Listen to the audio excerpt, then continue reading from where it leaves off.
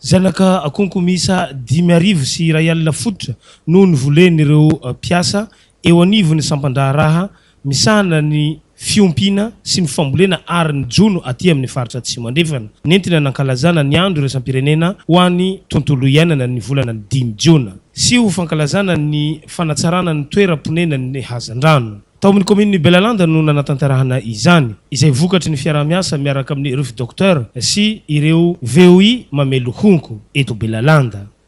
Araka ny vina nomeny filoham-pirenena Andriamatoa Andrindrina Rajoelina hoe ho rakotra ala-maitso i Madagasikara dia tonga eto izahay hanatanteraka ny fambolena honko.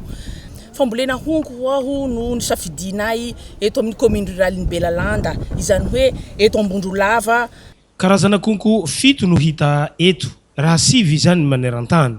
Nampafantarin'ireo teknisianina eo anivon'ny docteur ny mahazava-dehibe ny fambolena konko. Konko iray mitovy amin'ny hazo trotra eny anala afolo fototra eo amin'ny fitrohana etona carbone. Dia fanentanana ho an'ireo olona mipetraka amin'ny sisin-dranomasina no nataon'izy ireo mba hamboly honko mba ho fiarovana ny tontolo iainana sy ho fanadiovana ny rivotra iainan'ny zanak'olombelona. Ireo fikambanan'ny VOI mamelo konko eto Belalanda mo no miantoka ny ho fikarakarana sy ho fanaraha-maso ireto konko voavoly ireto.